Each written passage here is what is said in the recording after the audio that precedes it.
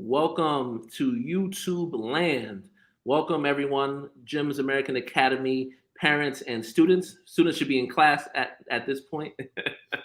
But welcome, GAQ parents, current grade 5 parents. Hope everything is well. Eid Mubarak to all of our families as well. We are here today. I'm with Mr. Gregory. Mr. Gregory has been a well requested panelist for the past month with different live streams we have been doing. But this is also very imperative as well. This is the grade 5 transition. We're going to talk about the transition from grade 5 going on to grade 6. Now, I know we labeled it the course request. We will talk about that as well. But Mr. Gregory is in the fine position to talk about that transition and what we do to help that transition from grade 5 to grade 6. They say that this is the biggest transition for a student going from grade 5 to grade 6, right? They say it's the biggest transition in education. So my name is Mr. Justin Hamza Tyler. I'm the parent relations executive here at Jim's American Academy Qatar. I'm going to be the male Oprah of the show and help out Mr. Gregory as much as I can. But without further ado, let's do what we came here to do. All right. So Mr. Gregory, kick it off for us. It's grade 5 transition town hall meeting. Hi guys. And as Mr. Tyler alluded to, this is on YouTube, so you can post comments in the chat section. If you're live right now, and we can get back to that later. If you're not live right now and you're going to watch this this evening or this afternoon, feel free to email me or Mr. Tyler, and we can get back to you with the questions. Hopefully within 24 hours, depending on how busy we are. I'm not going to be able to answer all of the specific questions here in just a quick slideshow, honestly, but I am going to go over a brief overview of what it looks like and the transition up to next year, and have a focus on the course request forms. Some of the things that you guys are going to be asking about as well, what subjects can I take and all of that, and hopefully I can answer those today.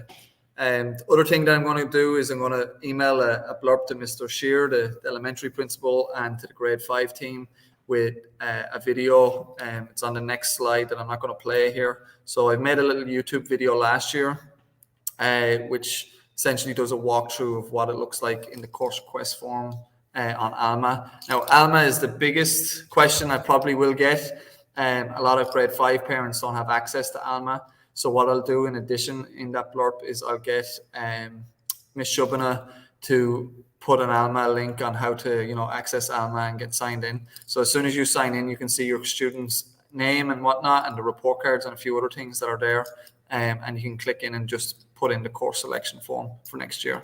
Now, so what's new in middle school is important because we're always changing our program to adapt to the needs, to the needs and also the wants for more part of it for our students and parents. We've noticed that there's been a trend of reading has gone down, unfortunately due to COVID and a few other reasons. So students are reading significantly below, the grade level that they should be at, which then makes it hard in middle school and in high school to access content, because if you're reading at a grade 2 level and you go into a science class, and that science textbook in 6th grade is going to be designed to be at a 6th grade reading level. So students who are reading significantly below that reading age are really going to struggle to pull the content from that and then know it. Doesn't mean that your child is stupid or not with it. It's just that their reading age just hasn't developed quick enough. So we're going to have a study skills class for students who score in the bottom 40 percentile in their map reading, and they're going to take that next year. They're going to be mandated to take it. Part of what has happened then is that PE is no longer a mandatory subject for students. We also have some very, we have conservative parents who don't want their daughter or whatever in PE classes with our boys. We also honor that and want to respect that. So PE is no longer mandatory in middle school. It's an elective, so you have to pick PE if you want PE, and that's very important.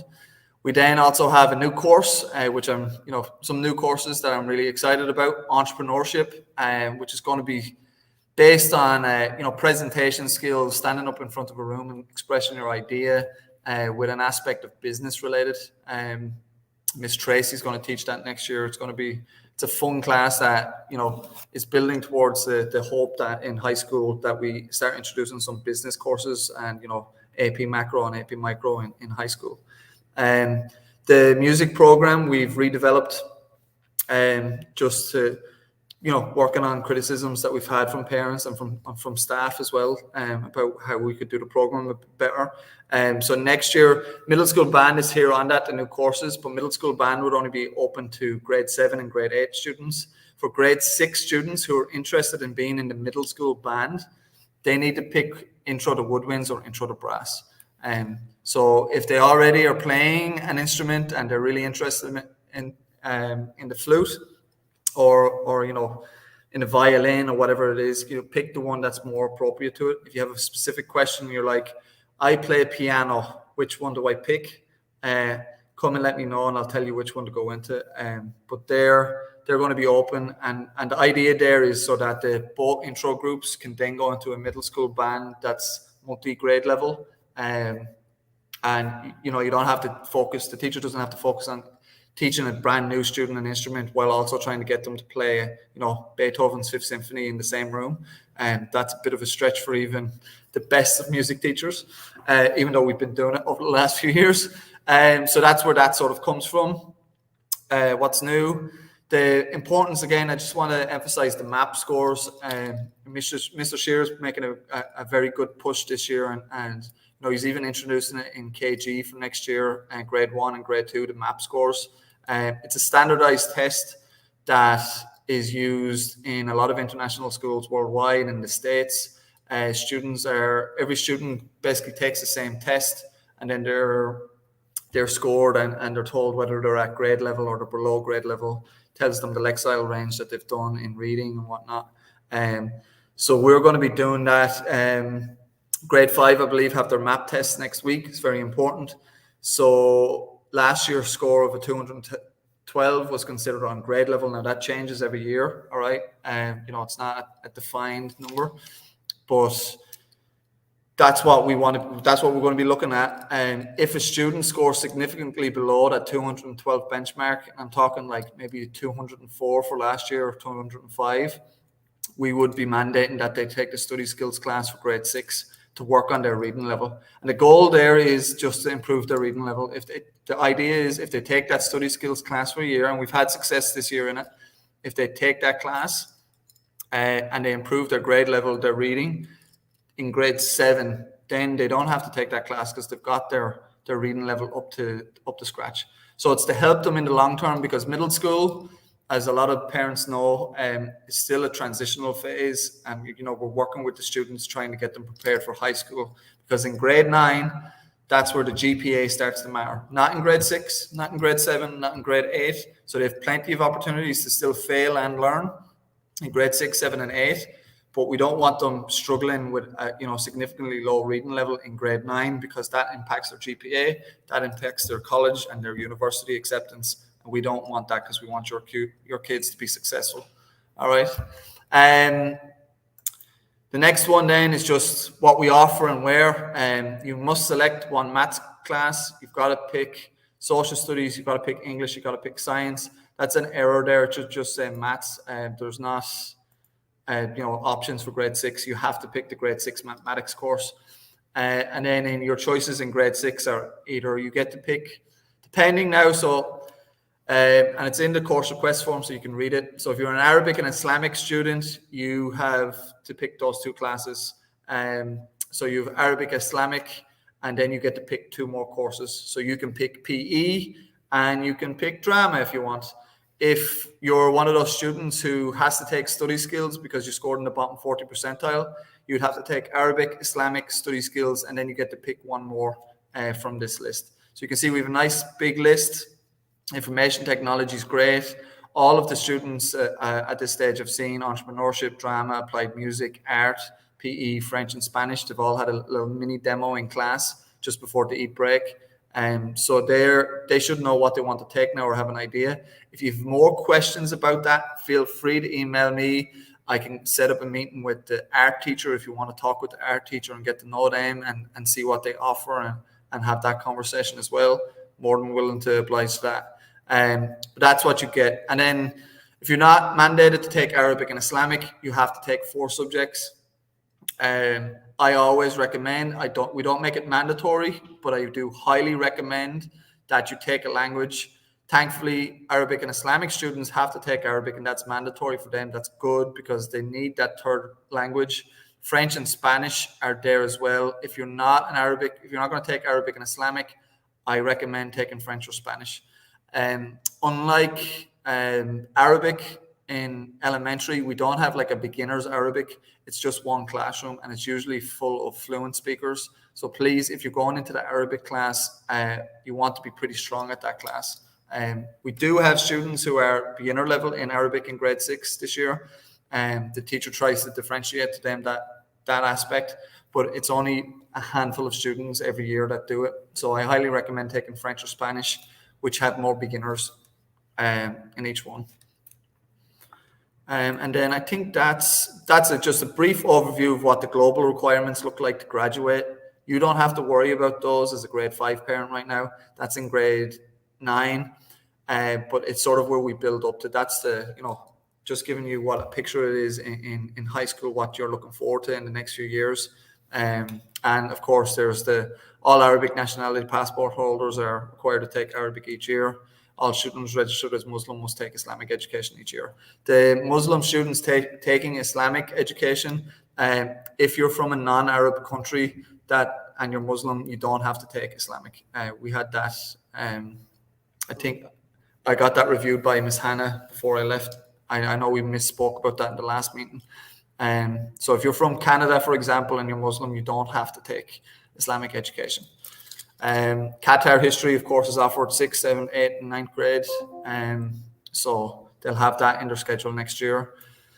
Mr. And then Greg, this is just before you go ahead, is that, I guess, the second bullet point, all students registered as Muslim must take Islamic education. Is that also for lower school? I would have to double check. Yeah. I think it's about the registration in the Ministry of Education system. So right. I don't think if you're Canadian, for example, you have Muslim on your passport, so they don't, that it's not registered with the Ministry of Education. I think that's what the catch is with it. But like, unfortunately, with maybe some other countries, they do actually mandate, like, I don't know, I don't know this right, but if I said Egyptian, it said on their passport Muslim, and then that's documented, and then those students have to take it. But I have one more thing as well. Just wanted to reiterate to all the parents watching right now. We have a YouTube chat. If you have any questions about the material that Mr. Gregory is going over, please use a YouTube chat now to type in your questions, your comments, or your feedbacks or opinions about the presentation. Okay, this is how Mr. Gregory will know to answer your question at the end of the show. So at the end of the show, I will put up all the questions, all the feedbacks, all the opinions, all the comments, and then Mr. Gregory will go through it. And if I have any input on it, I will also go through it and address it as well. So please use a YouTube chat now if you do have any other questions. All right. Thank you, Mr. Gregory. Yeah, perfect. Because last slide, so it gives people maybe 2 minute to type in some questions if they have any. So request forms are open for 7th through 12 right now. They are not open for grade 5. I am going to open the 6th grade request form, which is the grade 5 students coming in. I'm going to open that next Thursday because that's when the students will have finished map testing and I'll have that data and I'm able to make those recommendations if they were to take those study skills class. So that would be next. Well, what's May? That would be May 19th. And then it's a bit quick, but May 19th they'll open, and then I want parents to have it filled in and done by June 2nd, or May 26th actually. Sorry. And so you have essentially a week to do this course request form. It's very important. If not, I know this happens a lot, but I'll talk with the teachers and probably pick the subjects that are probably best fitted if the parents don't fill it in themselves. So, it's going to be done by May 26th. That gives us a week to review, fill in the gaps and whatnot. And then we try to optimize the schedule. We run it through a scheduling software. Last year we had 96% 90% success rate, which is really good. So students got like essentially what they wanted, all of them. Sometimes there's conflict and they can't get everything, and that's why we have fallback options in the course request form, just in case. And then we give the student schedules out August 16th, which is the first day that students are back on campus. And one of my big headaches, which I hope parents can feel my pain about this, is we won't make changes at the beginning of next year. So it is important that you fill it in, because if you pick IT and you pick Spanish and you pick French and you pick art now, and I can get that to work for you using scheduling software, please don't come back to me in August or early September saying, well, I want to take drama now instead, because that's not how it works, because all of the data comes together and I optimize it according to that. And class sizes might be full in August. In September, you're not guaranteed to get your option if you come to me and you want to make a change. And honestly, I don't want to facilitate it, because we would probably have about 80 to 100 new students coming in every year. And we want to make sure that they get an option and get their schedules as well in August. All right. That's pretty much it for me. The last slide is my email address. Feel free to email me at any time. I'm just coming back. I've had 200 emails in my email box, so just give me a day or two to get back on top of it. But I will respond within 24 hours and get back to you. And I know Mr. Wessel, who's not here at the moment, my assistant principal, he can also facilitate any questions. So if you feel like maybe I'm too busy, you can pass them on to Mr. Wessel, but he's also quite busy as well. All right. Thanks, Justin. All right. So we have one question. It's a light day for you. All right. So we'll put that It's a on light day. The light day right now, a light session. So, how many electives can a student take? Yeah. So it basically depends on nationality. If you're from an Arabic country, you get 2 choices. If you're from a non-Arab country, you get 4 elective choices. Now it's the 4 elective choices really, with the fact that they have to take French or Spanish, in my opinion. So it's really only 3 options.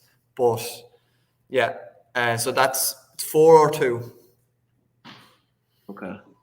And so here's another question for you. In terms of putting this all together, right? Because right now we're saying this at the end of this school year. So what is the orientation going to look like? Because is that going to be a place where everything is going to come together? The course requests, information, the grade 6 mandatory classes. What else are they going to get from that transition, if you will? So the Globe Day is, it's something that we started last year. It was a great success. We built on it this year. We set up a committee of teachers and people who were involved with it last year, and they've been working on it this year. So, we've done simple things like, meet the teachers. They've met the elective teachers already. And we're going to have a Globe week where students from grade 5 are going to be broken up into small groups, and they're going to go around and see what a normal everyday middle school schedule looks like. And then that's going to accumulate with a Globe Day, which is going to have like a house challenge and a few additional things on that day, on Thursday, the June 9th, I think, which are real things for them to look forward to. It gives them an option to meet their teachers. And, we have a lot of returning teachers, thankfully, so they will get to see their teachers, hopefully at the end of the year in that week. But then that's, they're important things. And then beginning of August, we'll have an orientation. In 6th grade, we're going to focus on next year for the 6 weeks. And we'll work on like introducing small things to them, getting used to assessments. What are grades? Like, what does an F mean? Why did I get an F? Because I didn't submit an assignment. All of those things are the growing pains that, we see every year. And it's just about getting them information. And the thing that, Justin, honestly is the most important thing, if any parent is listening, is to make sure that they're back for school August 16th and that they're in here for the first 2 weeks, because all of that information is going to be through that.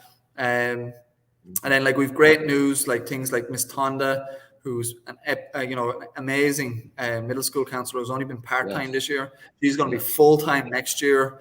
We are going to have an interventionist who's going to target these reading levels and help that study skills class. That's a new position for next year. Entrepreneurship, we've got a new elective and more options for our grade 6, 7, and 8 grade students. Those things are all things to look forward to. But yeah, it's all going to come together. And the grade 5 team are always thinking about how can my kids be successful next year. I'm sure in those classrooms that thing is happening now where it's, well, in grade 6 you won't be able to do this, and this type of thing's going to happen, and whatnot. So it's a curve. It's always a learning curve. Yeah. One of I know one of the complaints I got this year, and it's a tough one, was like, they had, they have 6 or 8 classes in a day, and they have to bring their bag around with them. And those things, the kids aren't, it's a small thing. Students aren't used to that. So it's about, working with responsibility. They get a locker. Everybody gets a locker. They should all get a locker in 6th grade. And so it's about, utilizing the breaks in between to make sure that they're not carrying around too many books in their bag. It's too heavy. Those are the independent sort of intangible skills that you sort of learn when you go into middle school, that we sometimes forget to talk about in these big meetings and whatnot. And we'll also have a back to school night, hopefully in person next year, because we just had our parent teacher conferences in person. I don't see why not. And that's another time and avenue for 6th grade parents to come in, incoming 6th grade parents to come in and have a conversation with me and ask some questions as well. Yeah, I think you made a good point about families. If they can come back on time, that'll be great. And because what happens is you have the students who come back and they're ready for the first day of orientation, and it's such a different experience. And for a grade 6 student for next school year and a current grade 5 student now, it is really imperative for them to have everything connect. And that orientation week that we have, we do a pretty good job of just making everything connect, and also being their support, because some of the kids are not ready for that transition sometimes, they're just like have so many questions and they're nervous or anxious. And so it's really good to have the grade 6 students and current grade 5 right now. It's good for you to be back for that orientation week. I would argue that they need it more than any other group, that orientation week for upper school.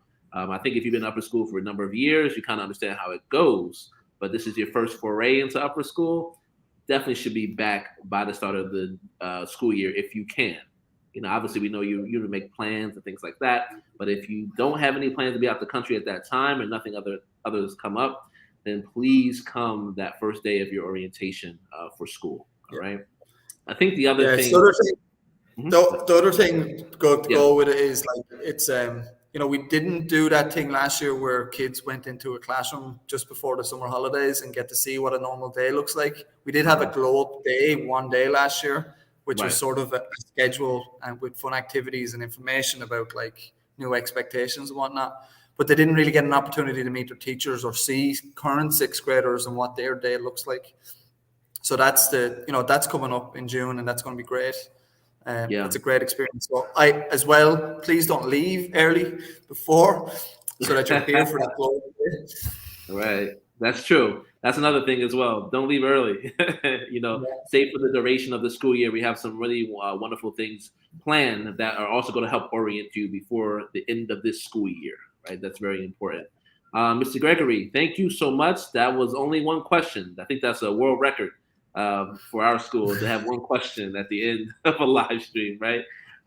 Parents, thank you so much for attending today's virtual live stream. This will be in the newsletter or email that you will see at sometime this weekend with a replay of this, okay? So don't fear if you didn't see it. We understand you're working. We'll send this out to you so you can replay it and see it for yourself. And it'd be great for your student to look at it as well, right? Any other questions that you have, you see the emails up there from Mr. Gregory and from Mr. Wessel. They're very, very busy people at this moment. A lot of things going on. But if you have trouble getting in touch with them, just get in touch with me. And I'll be able to help hunt them down and help you with your inquiries. Mr. Gregory, last thing for you. Fun thing, right? You answered one of my questions already, like you're in my head, about what we're offering new for middle school, right? So I have to ask another question. What keeps you coming back each year as a principal? I'm just curious, right? I think other people should know that as well. What keeps you coming back here? There's many avenues I can answer this question in, different ways I can say.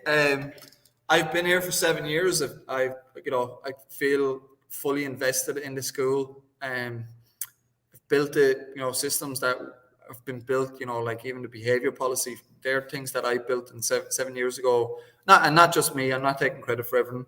Like I've had great staff members here. I think it's just the international community is great, flavor. It's great to work with international students and like that multicultural. I just find very interesting. But also because of the things that I've built together with some great people and the team, I just feel invested in the school, and I feel like the direction of the school is a school that I want to be at. I didn't really particularly like my school when I grew up. I went to a public school in Ireland, Catholic school, and I didn't really enjoy school. And a part of the reason I went into education was that I could make a difference, and make sure that students enjoy coming to school and feel like they have a voice and whatnot. And I think at this school at the moment, that's what's happening. Students have a voice. Students enjoy coming to school. We have great teachers, and we're making sure like we have 100% graduation every year for the last 3-4 years. They've all gone on to universities and colleges that are in Canada, America, Indonesia, Singapore, Japan, South Korea. Like we've had like that access, and that's just amazes me time and time again, because you don't get that from a small public school in the southeast of Ireland.